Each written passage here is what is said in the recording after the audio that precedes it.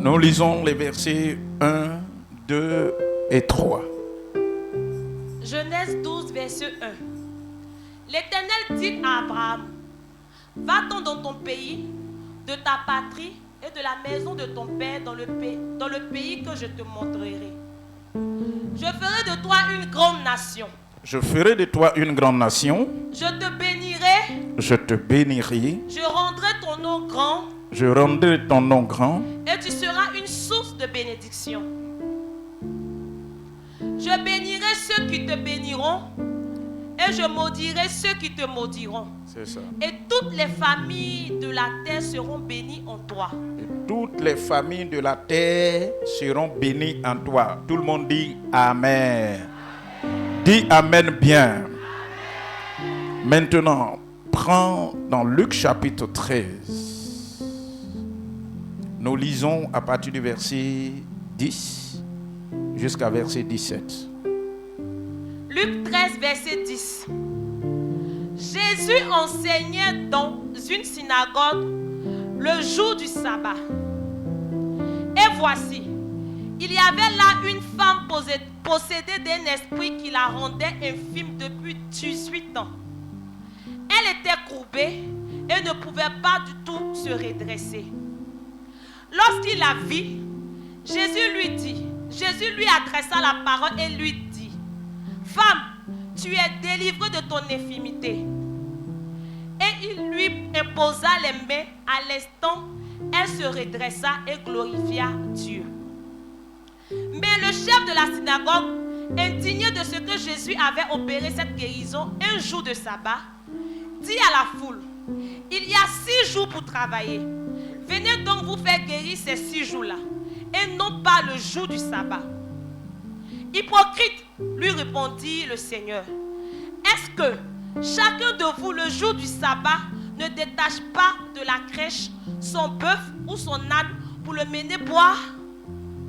Et à cette femme qui est une fille d'Abraham et que Satan tenait liée depuis 18 ans, ne fallait-il pas la délivrer de cette chaîne le jour du sabbat? Tandis qu'il parlait ainsi, tous ses adversaires étaient confus.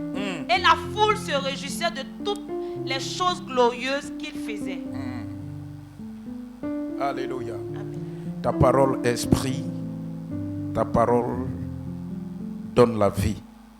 Et elle est même la vie. Ce matin, nous voulons parler de ta part.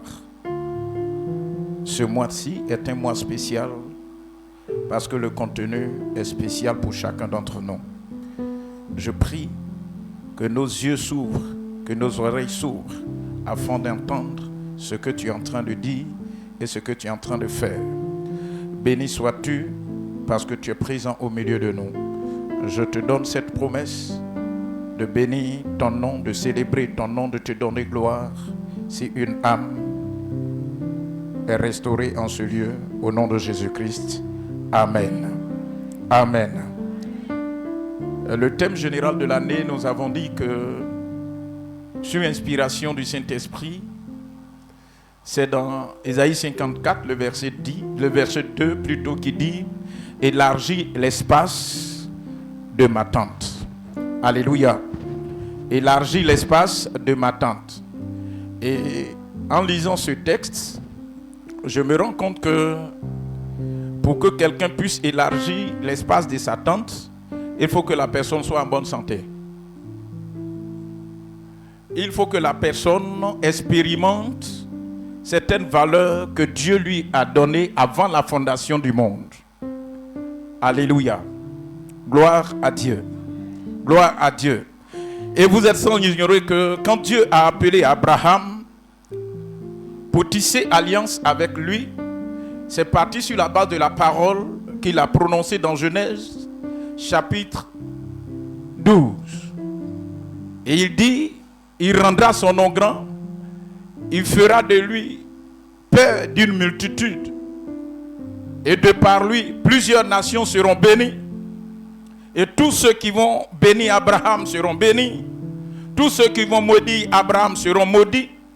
Et chacun d'entre nous, certainement, il peut arriver des moments que nous ignorons, mais chacun d'entre nous est dans l'alliance que Dieu a tissée avec Abraham, son serviteur. Donc je voulais te dire que le thème, en lisant ce passage, je voulais simplement te dire que je suis fils d'Abraham, toi aussi tu es fille d'Abraham. Donc le thème, c'est que nous sommes fils d'Abraham. Alléluia. Et voici que la Bible dit Jésus, dans Luc chapitre 4, quand il est descendu, qu'il est rentré dans la synagogue, il dit qu'il avait une mission à accomplir. C'est d'apporter la délivrance à tous ceux qui sont dans des chaînes. C'est d'apporter le recouvrement de la vue de ceux qui ne voient pas. C'est d'apporter une année de grâce pour ceux qui en ont besoin, pour envoyer libres les opprimés. Et il a annoncé toutes ces choses avant de rentrer pleinement dans le ministère. Et la Bible dit que à un moment de son ministère, il rentre dans une synagogue. Et c'était un jour de sabbat. C'est un jour d'adoration. C'est un jour de louange. C'est un jour de célébration. Comme aujourd'hui. Et Jésus est rentré. Et il se rend compte que dans la foule, il y avait une femme qui était courbée, mais qui depuis des années, la Bible mentionne le nombre d'années de sa souffrance. Et la Bible dit que ça faisait 18 ans que cette femme était courbée. Mais malheureusement, c'est vrai que certainement les hommes de Dieu se sont succédés dans cette synagogue. Les sacrificateurs se sont succédés dans cette synagogue. Elle a dû prier par moments. Elle est certainement allée à l'hôpital. Mais il n'y avait pas de solution. Et Jésus rentre. Il voit que c'était un jour de sabbat. Et selon la loi mosaïque, selon l'instruction, selon la culture, selon le système mondain, selon le système de la coutume, en ce moment précis, le jour du sabbat, tu ne dois pas être guéri. Le jour du sabbat, tu dois tout laisser pour te donner à l'adoration, pour te donner à la célébration de Dieu. Mais pendant que tu célèbres Dieu, si tu es malade, si tu es courbé, est-ce que ta célébration est réelle? Non. Et Jésus se met au-dessus de la loi, au-dessus de la culture, au-dessus des compréhensions et des considérations humaines. Jésus se met au-dessus, même des sacrificateurs en ce moment. Il se met au-dessus. Il rentre dans la synagogue, il voit cette femme qui est courbée. Et dès qu'il a vu cette femme, il la regarde. Il dit, femme, tu es délivrée de ton infirmité. Quand Jésus a prononcé cette parole, il a accompagné ça avec l'imposition des mains. On dit Jésus lui a imposé les mains. Et automatiquement, miraculeusement, cette femme a été délivrée.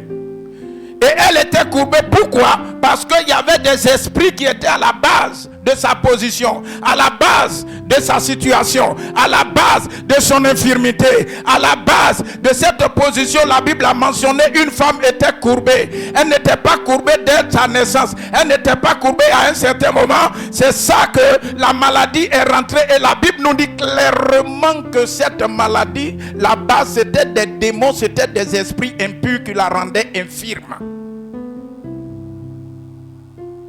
Alléluia.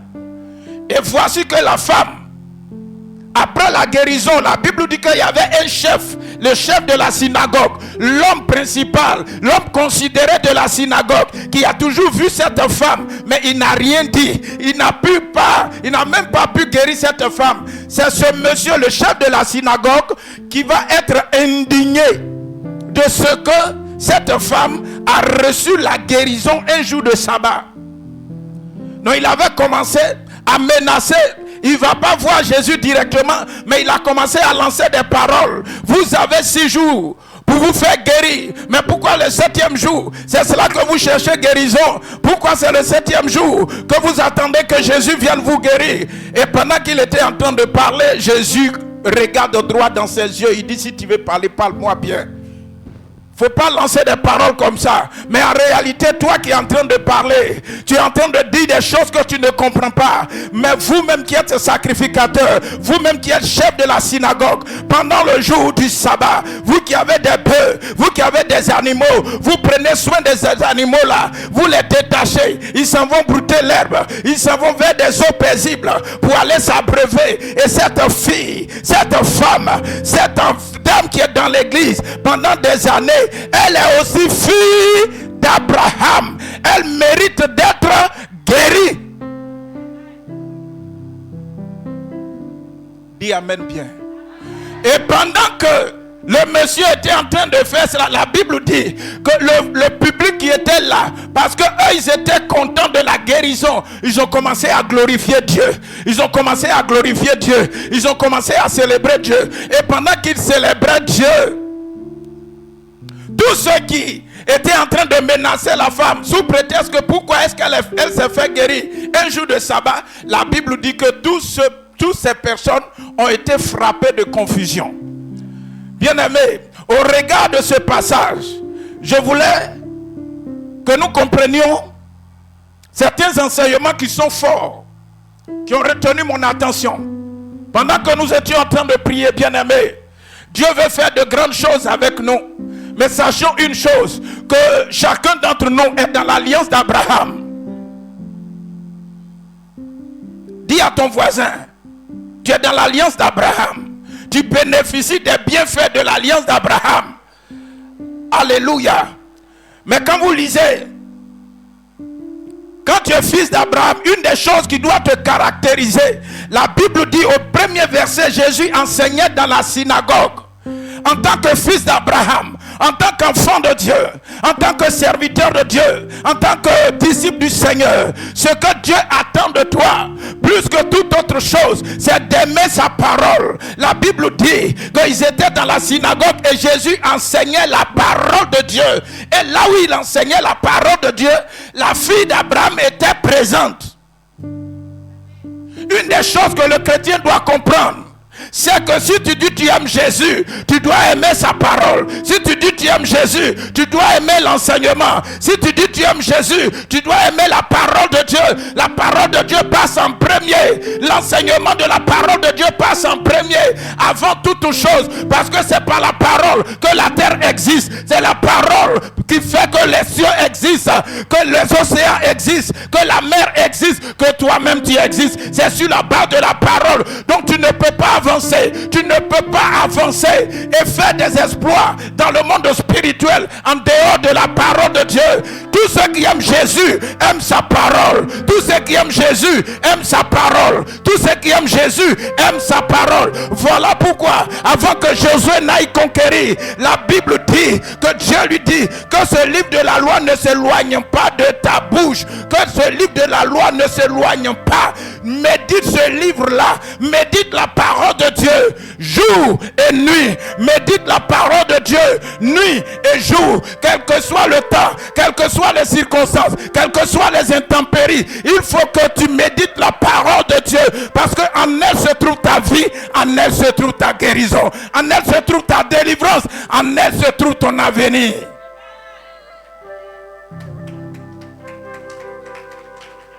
Jésus enseignait dans la synagogue.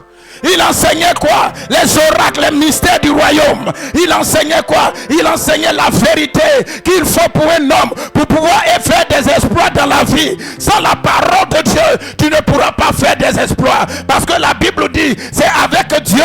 Dieu, c'est sa parole. Avec Dieu, nous ferons des exploits. Si Dieu n'est pas avec toi, si toi tu n'es pas avec Dieu, ton exploit est éphémère. C'est pour quelque temps. Et la suite des temps, si tu ne fais pas attention, tu auras le plus grand regret. Mais si tu es attaché à la parole de Dieu, quel que soit le vent, quelle que soit la tempête, parce que Jésus, en utilisant la parole de Dieu, a pris cet exemple de deux bâtisseurs.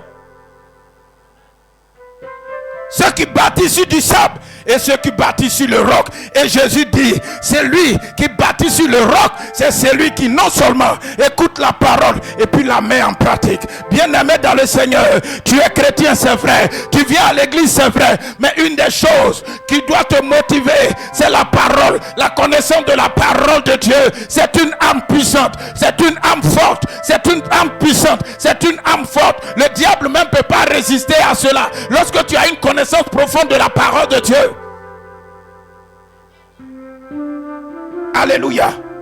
Donc dis avec moi la parole de Dieu. Je dois aimer la parole de Dieu. Je dois aimer l'enseignement. Alléluia. Alléluia. Il enseignait dans la synagogue et cette femme était là dans la synagogue. Alléluia. Le deuxième point, bien aimé. Le premier point, si tu notes, j'ai dit quoi? Aimer la parole de Dieu. Dis, touche l'épaule de ton voisin. Dis, aimons la parole de Dieu. Dis, aimons la parole de Dieu. Le deuxième point. Il faut afficher. Tu peux être fille ou fille. Tu peux être fils ou fille d'Abraham. Et puis vivre des situations difficiles et compliquées. Alléluia. C'est vrai que pendant les évangélisations, venez au Seigneur Jésus, vous serez sauvés. Ce n'est pas faux. Venez au Seigneur Jésus et puis vous allez vous marier. Ce n'est pas faux. Venez au Seigneur Jésus et puis vous allez avoir travail. Ce n'est pas faux. Mais en réalité, vous devez comprendre, on peut être à l'église, on peut venir à l'église, on peut être chrétien, on peut être dans le temple et puis vivre des situations difficiles. Cette dame dont il est question dans notre passage, c'est que elle était dans l'église, elle était dans la synagogue. C'était un lieu d'adoration, c'était un lieu de prière. Cette femme était là. Et la Bible nous dit, elle était malade depuis combien de temps? Depuis 18 ans. Depuis 18 ans. Certainement dans les premiers moments, elle a cru que ça allait passer 2 jours après. Elle a cru que ça allait passer 3 jours après. Elle a cru qu'en 1 mois, certainement, je serai guéri. Mais 1 an passe, 2 ans passent, 3 ans passent, 4 ans passent. Jusqu'à elle arrive à 10 ans. Elle était encore courbée. Elle était encore courbée. Et la Bible nous dit, elle est allée jusqu'à 18 ans. Quand Jésus est rentré, il dit, celle qui est là, elle est fille d'Abraham. Elle était dans le temple, mais elle était courbée.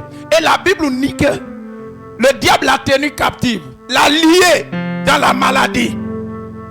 Tu peux être à l'église et puis avoir des liens.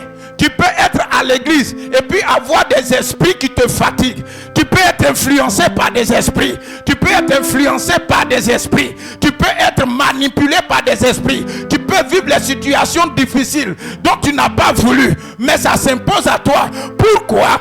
Parce que à un certain moment, si tu oublies, Jésus dit, elle est fille d'Abraham. Il est en train de rappeler que tu peux être chrétien, mais si tu ne maîtrises pas l'alliance que Dieu a tissée avec Abraham, malgré que tu sois à l'église, si tu ne connais pas la profondeur de l'alliance, et même les prophètes ont lu, ils ont dit ça, bien aimé, c'est des projets de paix, c'est des projets de guérison, c'est des projets de bonheur, ce ne sont pas des projets de malheur. Mais si tu oublies cet aspect, que tu ne sais pas que tout ceci est contenu de la parole, tu vas être à l'église pendant 1 an, pendant 10 ans, mais la promesse de Dieu peut ne pas s'accomplir parce que tu es loin de la promesse de Dieu, tu es loin de la connaissance de la vérité selon laquelle tu as l'autorité, tu as le pouvoir, tu as la puissance de déclencher le monde spirituel en ta faveur. Et plusieurs sont à l'église, ils sont dans le temple, ils sont dans la synagogue, mais ils n'ont aucune connaissance des réalités que Dieu a dit sur leur propre vie. Ils n'ont aucune connaissance des promesses qui sont rattachées à leur propre vie. Je suis venu te dire, pasteur, qu'on en peut prêcher, mais tu vas voir qu'il y a certains combats, ça va se présenter à toi. Dieu voudra que toi-même tu affrontes la réalité. Dieu voudra que toi-même tu affrontes la réalité. Dieu voudra que toi-même tu affrontes la réalité. Elle était dans le temple, mais il y a les esprits qui l'ont courbée. Est-ce qu'il n'y avait pas les jours d'adoration? Ça fait 18 ans, mais elle était à l'église, mais elle était toujours courbée. Je déclare que Dieu te redresse au nom de Jésus. Que le Dieu te redresse au nom de Jésus. Que Dieu te redresse au nom de Jésus.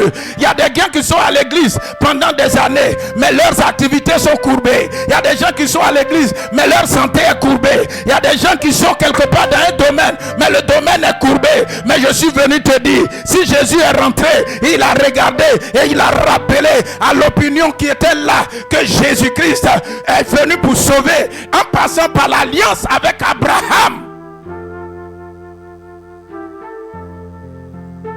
Il dit, elle est fille d'Abraham, donc elle ne mérite pas d'être courbée pendant 18 ans. Dit, je ne mérite pas d'être dans cette situation pendant 18 ans. Je refuse cela. Tu ne parles pas bien. Dis, je refuse cela. Dis, je refuse cela. Dis, je refuse cela. On continue. Alléluia. Quand Jésus l'a vu, Jésus n'était pas d'accord de la situation que cette femme vivait.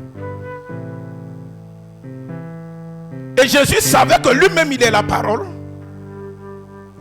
Et il va prononcer une parole. Il va dire, tu es guéri de ton infirmité. Bien-aimé, il y a la parole qu'on entend et il y a la parole qu'on parle. Il y a des moments Dieu te dit d'entendre. Dieu te dit d'écouter. Il ouvre tes oreilles, tu écoutes. Mais il y a des moments Dieu te dit de parler. Si tu ne parles pas sur la situation, il n'y aura pas de changement. Quand Jésus a regardé, il a montré, il pouvait l'appeler de côté pour dire, ma fille, je vais te guérir. Mais il n'a pas appelé de côté. Pour que tous ceux qui étaient là comprennent qu'il y a une dimension supérieure qui est rattachée à la parole qu'on déclare. La parole commande. La parole a un pouvoir, c'est une autorité. Dis à ton frère, la parole est une autorité. Avant que Dieu ne crée la terre, il a libéré une parole pour que la terre existe. Avant que la lumière n'apparaisse, Dieu a libéré une parole. Il dit que la lumière soit. Que la lumière soit.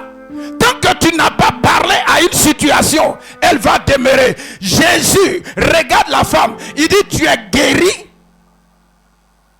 de ton infirmité. Je t'annonce ce matin, si tu crois en la parole que Jésus prononce, si tu crois à l'autorité de la parole, du nom de Jésus-Christ de Nazareth, aucune situation ne pourra te résister. Aucune situation ne pourra te résister. Aucune situation ne pourra te résister. Le problème, nous ne comprenons pas la dimension surnaturelle de la parole.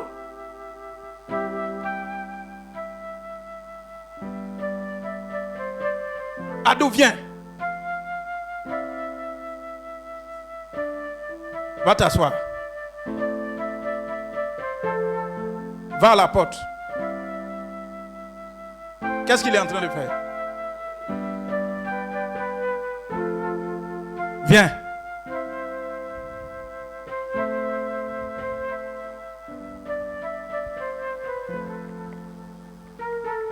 Tiens. Prends. Va. Assois-toi. Salue ton frère. Salue une soeur. Assois-toi. Vous comprenez ce qui se passe? Est-ce que quelqu'un comprend ce qui se passe? Est-ce que quelqu'un comprend ce qui se passe? Ça veut dire quoi? Quand tu as la parole de Dieu, Dieu te met en autorité. Comme autorité. Comme autorité. La parole est une autorité. C'est la parole qui fait fonctionner le monde physique. La parole est esprit. On ne la voit pas. Mais elle crée. Elle donne des ordres. Levez-vous.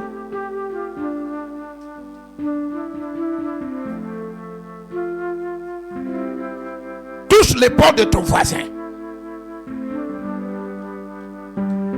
Alléluia. Est-ce que quelqu'un comprend ce que je suis en train de dire ce matin? Assois-toi.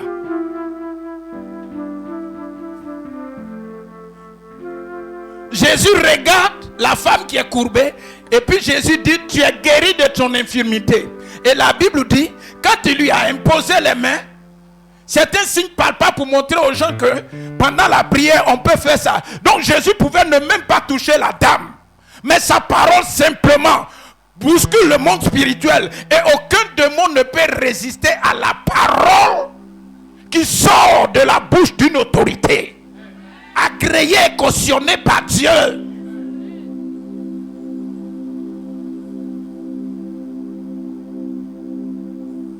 Aucun sorcier ne peut résister à toi. Quand tu es en train de rentrer dans ta famille, tu es en train de rentrer dans ton village, même s'ils ont des antennes, parce que tu es revêtu de la puissance, tu connais la parole, tu sais que tu as reçu l'autorité. Quand tu avances, le démon même, le sorcier même est obligé de dégager la voie. Regardez un exemple. Est-ce que vous savez que le monde spirituel connaît l'identité de ce que nous sommes en train de faire? On dit à Gadara, il y avait un four. Jésus, il devait traverser et puis aller à Gadara.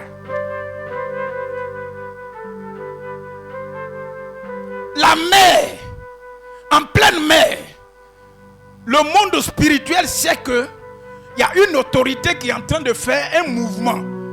Donc la mer va se soulever, le vent va se soulever. Jésus utilise quoi? Jésus utilise la parole. Il dit à la mer, silence. Il dit au vent, silence. Et la Bible nous mentionne qu'il y a eu le calme.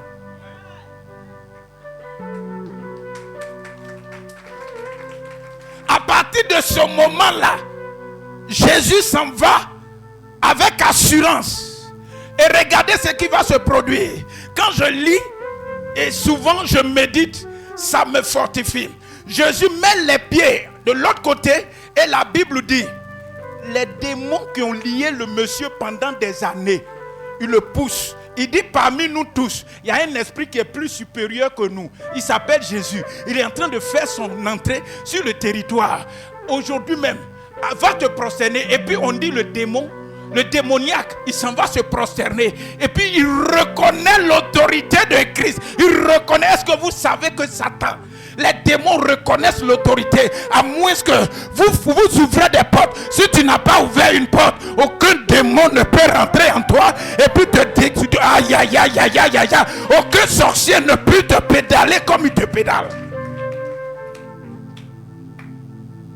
Alléluia. Bien-aimé, le temps est arrivé où dans la guerre spirituelle, tu ne dois pas laisser l'espace à ton adversaire. Tu ne dois pas laisser la place à ton ennemi. Tu ne dois pas laisser ton ennemi prendre le devant sur toi. Tu as la possibilité de le tirer pour dire non. Tu enfreins à une loi spirituelle. J'ai l'autorité. J'ai Christ avec moi. J'ai la parole de Dieu avec moi. Donc je ne permettrai pas que toi, tu me fatigues. Donc démon, je te demande de déménager de ma maison. Tu peux.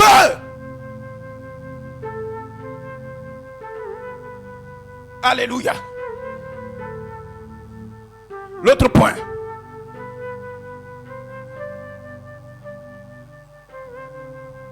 La puissance de la parole produit toujours. Quand tu la prononces, a toujours quelque chose. Et puis une des choses que je veux que vous reteniez, ça peut être le point 4 ou bien je ne sais combien. La persévérance dans la foi produit toujours, dis avec moi toujours, de bons résultats.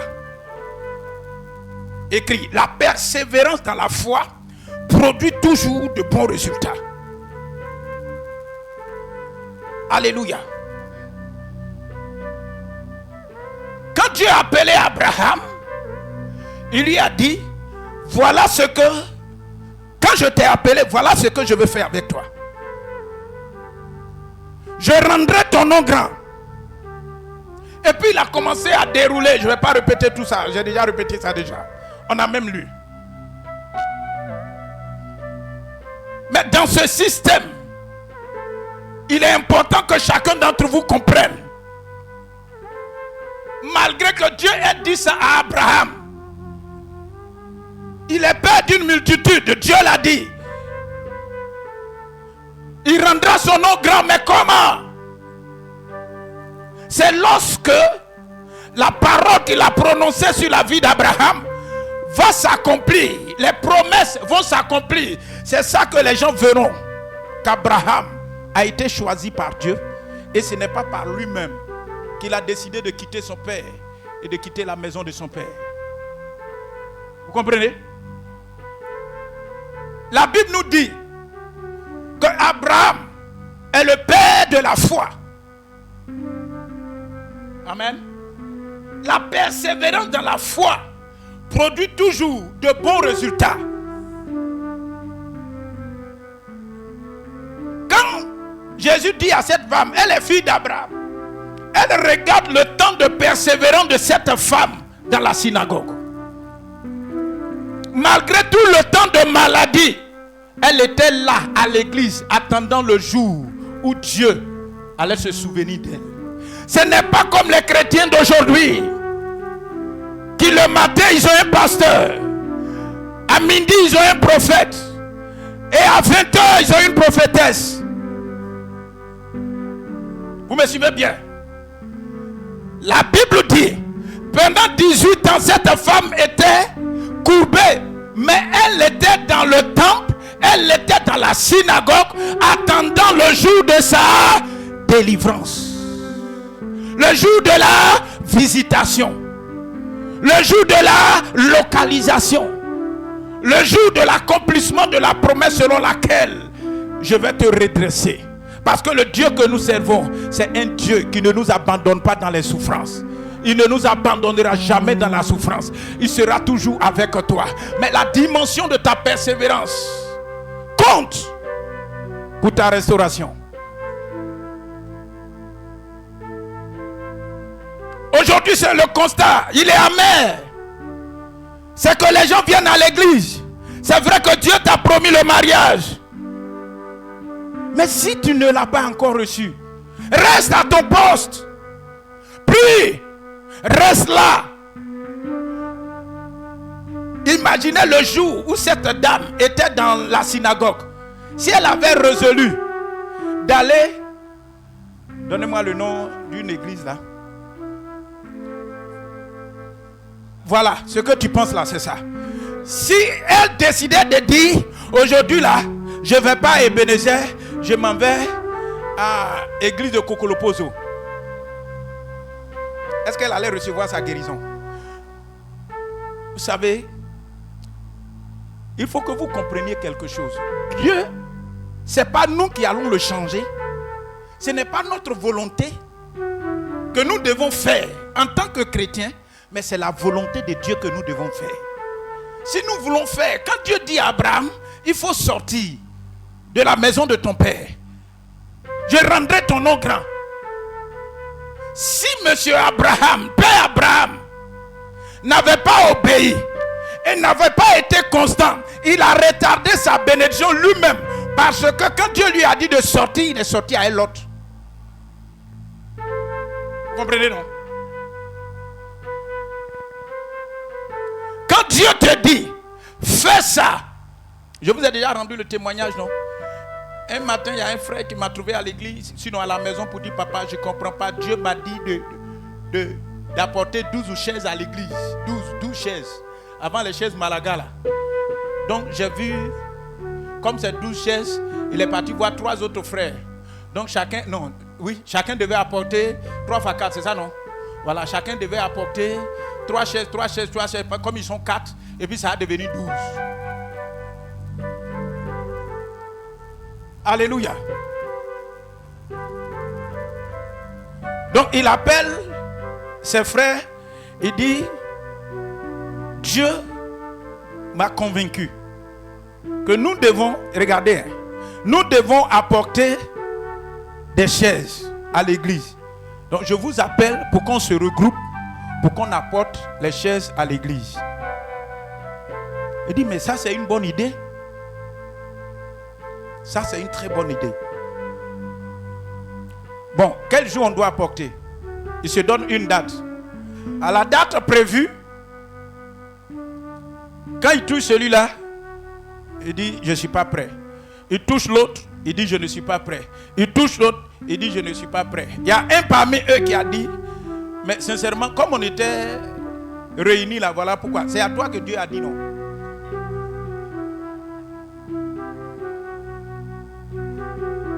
Donc la bénédiction là, c'est pour toi. Si nous on vient là, si Dieu veut le faire, si Dieu veut le faire pas, mais toi il faut faire. Et il a eu le courage, il est venu me dire. Je lui ai dit, regarde, ne change pas la promesse que Dieu libère. La promesse que Dieu a libérée sur la vie de Madame Sialo, elle est différente de ce que, ou bien des promesses que Dieu a libérées sur M. Mominé. C'est différent de ce que Dieu a libéré sur Mémé. C'est différent de ce que Dieu a libéré sur le diacre. C'est différent de ce que Dieu a libéré sur Stanis. Voici mon frère.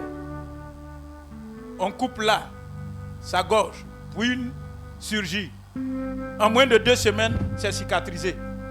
Mais il y a des gens qui font 3 semaines, 1 mois même avec une plaie, avant que ça ne se cicatrise. Ça veut dire quoi? Chacun d'entre nous a son identité et a sa promesse devant Dieu. Vous me suivez? Ce que Dieu a prévu faire avec moi, c'est différent de ce que Dieu a prévu faire avec toi. Et donc, comme je viens à l'église et l'autre s'est marié, je n'ai pas encore trouvé de mari, je vais dans une autre église. Tu t'en vas là-bas. Tu dis non, Dieu m'a promis telle chose, travail. Ça fait 3 ans que je suis à l'église et je ne vois pas l'accomplissement. Donc je vais dans une autre église. Je voulais te dire, la parole de Dieu, que ça soit en Côte d'Ivoire, que ça soit au Tchad, que ça soit au Burkina, que ça soit aux États-Unis, la parole de Dieu demeure la parole de Dieu. La parole de Dieu demeure la parole de Dieu. La parole de Dieu demeure la parole de Dieu. On ne doit pas la falsifier. On n'a pas le droit de la falsifier. Comme cette femme, la Bible dit, elle attendait quel est le jour. Elle-même, elle ne savait pas. Elle-même, elle ne savait pas. Le jour de ta visitation, tu seras toujours surpris. Je t'annonce que même le Saint-Esprit, le jour de la Pentecôte, quand c'est descendu sur les disciples, eux-mêmes, ils étaient surpris de ce que Dieu est en train de les utiliser pour faire. Alléluia.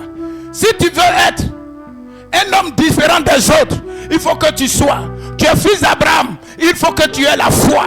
Il faut que tu vives une vie de foi. Il faut que tu persévères dans ta foi. Ne fais pas une foi qui fait comme ça. Le lendemain c'est haut, après demain c'est bas. Quand c'est comme ça, Dieu dit, tu es un homme instable. On ne peut pas compter sur toi.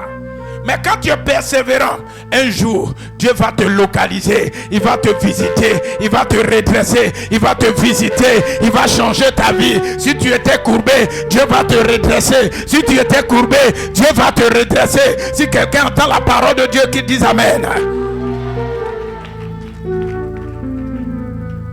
C'est pas vous qui allez ordonner à Dieu de faire ce qu'il a envie de faire. Il a déjà tout mis à notre disposition. Ce n'est pas nous qui allons changer. Dieu, ça fait 3 jours. On ne m'appelle pas. Si c'est comme ça là, relation là, ça, c'est bon comme ça. De toi à moi, de toi à Dieu, qui paie? Qui paie? Répondez, qui paie? Je vous aide. C'est moi qui paie parce que je veux imposer ma volonté à Dieu. Alors qu'avant que tu ne naisses, Dieu est. Donc tu n'as aucun pouvoir de changer l'ordre que Dieu a établi pour ta vie. À moins qu'une dérogation exceptionnelle ne soit prise dans le ciel pour toi. Alléluia. Alléluia. Bien-aimés, ne croyons pas que la vie chrétienne est un amusement. Ne croyons pas que suivre Dieu, c'est un truc pour dondon, pour... Non. Et ne prenons pas Dieu comme c'est notre ami. Ne prenez pas Dieu comme notre petit frère. Ne prenez pas Dieu comme notre patron. Il est au-dessus de ton patron. Dieu est au-dessus de ton patron. Patron là, s'il a trop fait, c'est de te donner salaire. S'il veut, il augmente et puis tu es heureux. Mais le Dieu, c'est qu'il fait pour toi, c'est qu'il te donne de respirer matin, midi et soir. Dieu te donne, quand tu dors, de te réveiller. Il est au-dessus de ton patron.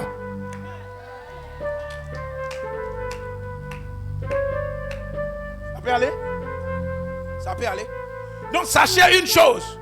Si vous persévérez dans la foi, vous aurez toujours de bons résultats.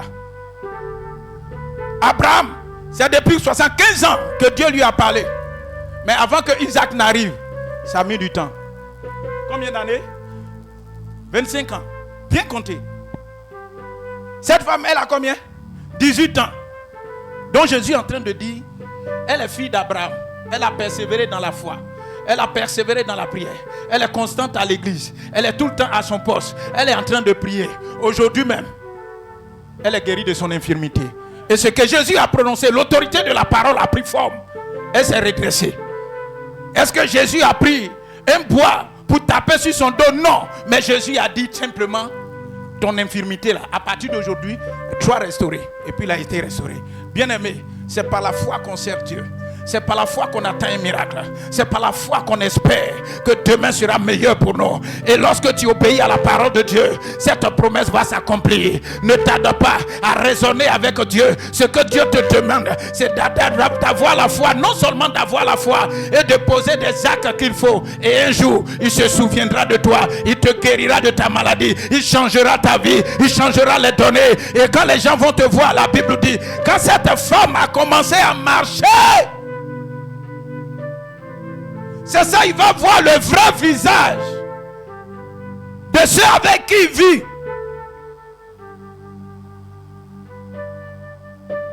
Vous me suivez? Sache que dans la vie de tous les jours, il y aura des hommes qui se croient forts, qui vont toujours s'opposer à ta bénédiction. Ils vont toujours s'opposer à ta délivrance. Les gens veulent te voir être toujours malheureux. Les gens veulent te voir être toujours courbé. Les gens veulent te voir être toujours sur le fardeau des problèmes, être toujours sous le poids des dettes, être toujours en train d'être dans les salons de quelqu'un. Mais je t'annonce que ta délivrance, c'est aujourd'hui au nom de Jésus-Christ de Nazareth. Elle est guérie. Et puis le chef de la synagogue touche le bord de ton voisin. Il faut dire un chef de la synagogue. Il regarde et la Bible dit clairement, il fut indigné. C'est pas un moins que rien, c'est un chef. Lui qui est censé encourager la dame pour dire, ma soeur en Christ, fortifie-toi, un jour Dieu va te relever. Un jour Dieu va te guérir. Un jour tu auras une solution. Un jour tu auras... Parce que la femme est guérie, la Bible me dit que ce monsieur a été indigné. Il n'était pas d'accord. Dis, tu es vaincu aujourd'hui, tu es vaincu demain, tu es vaincu après-demain. Ma situation doit changer. Je ne dois pas rester courbé. Que tu le veuilles ou non. Jésus de Nazareth est mort à la croix pour moi. Et je suis en alliance avec le Dieu d'Abraham. Je suis fils d'Abraham. Je suis fille d'Abraham. Je ne resterai pas courbé. Je ne resterai pas dans cette situation. Jésus de Nazareth, il se souvient de moi aujourd'hui. Alléluia. Alléluia. On dit le chef de la synagogue a été indigné. Dis à ton frère, Souvent, c'est pas tout. On dit aux gens. Ils n'ont qu'à constater. J'ai l'habitude de dire à certaines personnes, il y a des témoignages, on n'a pas besoin de rendre. Mais le témoignage se rend de lui-même. Alléluia. Il y a des témoignages, on n'a pas besoin de rendre. Tu t'en vas simplement dire, serviteur de l'Éternel, l'année dernière, je suis venu pleurer à cet hôtel. Tu as cru que j'étais ivre. Mais en réalité, c'est mon cœur qui saignait. Mais après tes prières, voici ce que Dieu a fait. Si Dieu lui dit de présenter ça, de lui présenter ça, il va présenter. Si Dieu lui dit, tu n'as pas besoin de présenter, on ne présente pas. Regardez, même les rois, pour la plupart, on les ouait en secret et Dieu les révèle au grand public plus tard. Dieu est en train de me préparer à de grandes choses. Dis, Dieu est en train de me préparer à de grandes choses. Dieu est en train de me préparer à de grandes choses. Dieu est en train de me préparer à de grandes choses. Je ne resterai pas dans cette situation. Mais un jour, ce mois-ci, l'Éternel Dieu se souvient de moi. Il se souvient de moi. Il se souvient de moi. Alors qu'on était dans la synagogue là, le chef lui-même, il ne voulait pas que la femme soit délivrée. Dis à ton voisin, Dieu n'a pas besoin de ton avis pour me bénir. Dis-lui ça. Dieu n'a pas besoin de ton avis pour me guérir. Alléluia. Ce que tu peux faire pour moi, dis-lui ce que tu peux faire pour moi, c'est de prier pour moi. Mais le reste, Dieu s'en charge. Dieu s'en charge. Dieu s'en charge. Est-ce que tu peux dire ça? Dis ça à ton voisin. Et puis en souriant. Dis pour le reste, Dieu s'en charge.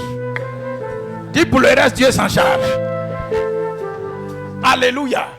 Et la Bible dit, pendant que d'autres étaient indignés, la partie qui me plaît, on dit tous ceux qui étaient autour, ils étaient en train de glorifier Dieu, ils étaient en train de célébrer Dieu, ils étaient en train de glorifier Dieu, ils étaient en train de célébrer Dieu, ils étaient en train de danser parce qu'un miracle s'est produit. Je suis en train de te dire, il y a des gens qui vont se lever pour témoigner que ton Dieu est le véritable, pour témoigner que Jésus est le véritable.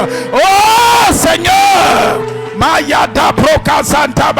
Pendant que les autres sont en train de t'accuser, Dieu est en train de disposer des gens pour dire, celle-là je dois l'aider, celui-là je dois l'aider, celle-là je dois l'aider, celui-là je dois l'aider. Ils vont se réunir, ils vont se concerter pour dire pourquoi tu marches comme ça. Tu diras, j'ai l'assurance de mon salut. Je crois que Jésus de Nazareth, il est avec moi. Pendant la nuit, il est avec moi.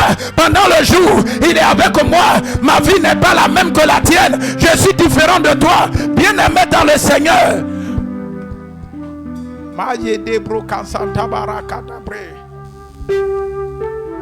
Les gens te voient aujourd'hui, mais ils ne savent pas ce que Dieu a prévu pour toi demain.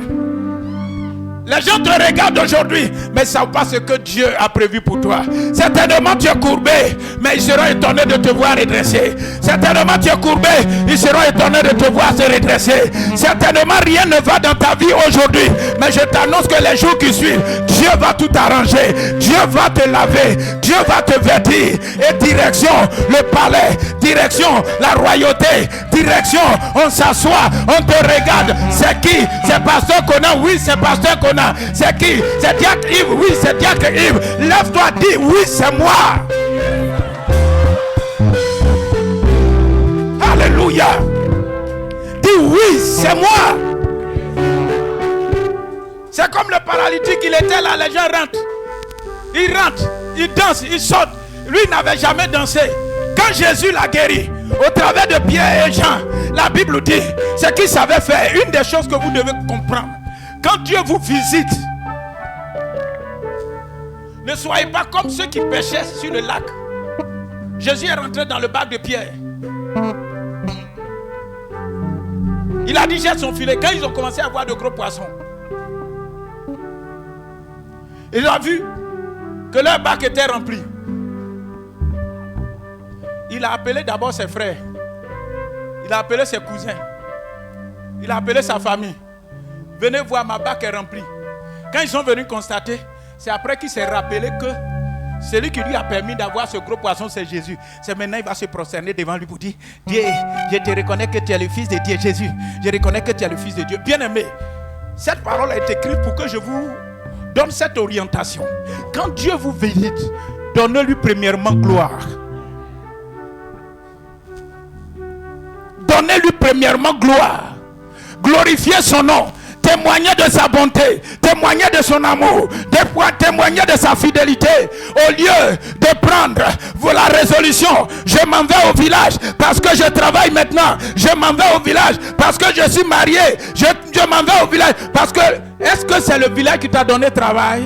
Est-ce que c'est le village qui t'a donné mari? Est-ce que c'est le village qui t'a donné ce que tu as? Est-ce que c'est le village qui te donne le souffle de vie? Dis avec moi, c'est Jésus de Nazareth qui a fait de toi ce que tu es. Et c'est Jésus qui fera de toi ce que tu voudras et ce que lui-même il a résolu. Je te dis la vérité, bien-aimé.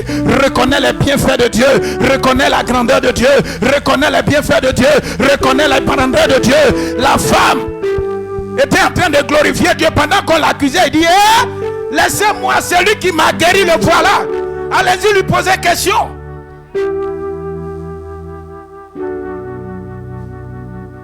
Alléluia. Je suis en train de vous dire, ce mois de mars, faites très attention au message que vous entendez.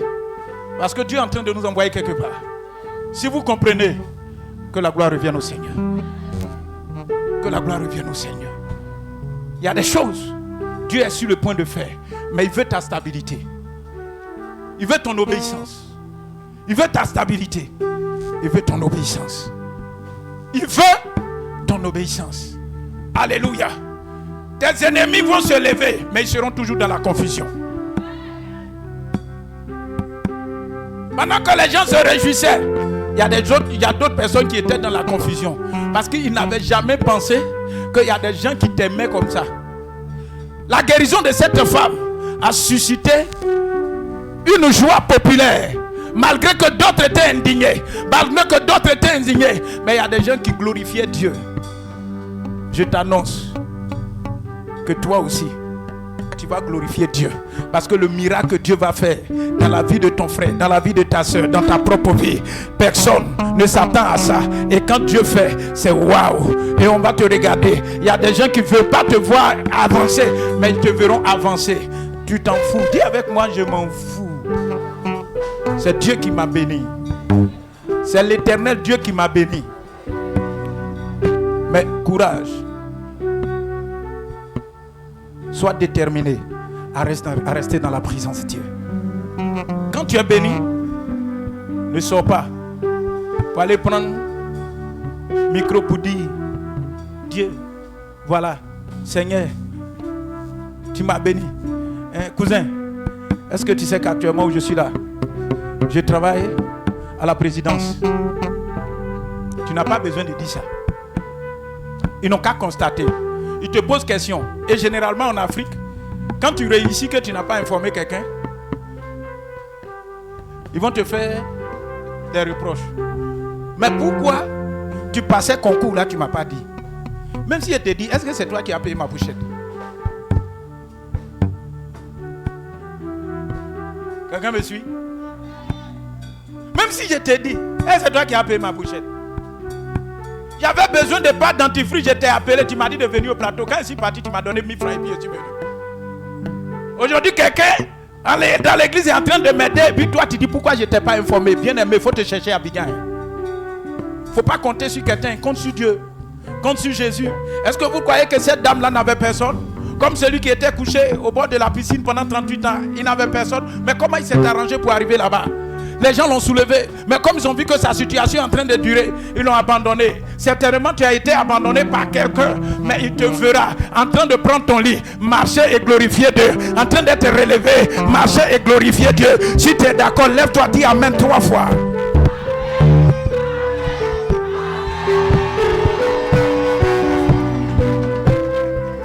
C'est le petit déjeuner et le déjeuner d'aujourd'hui. Que Dieu bénisse sa parole dans votre cœur. Au nom de Jésus. Alléluia.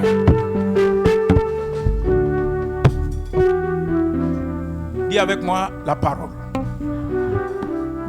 Vous qui êtes assis, vous êtes fatigué? Que le Seigneur vous fortifie. Amen. La femme avait combien de temps de maladie? 18 ans. Mais la Bible n'a pas mentionné son âge réel.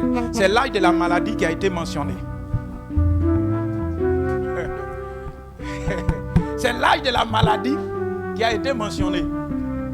Voici les différents points.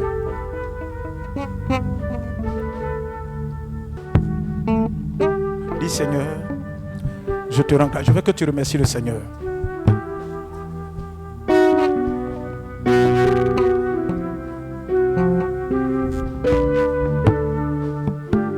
Remercie Jésus.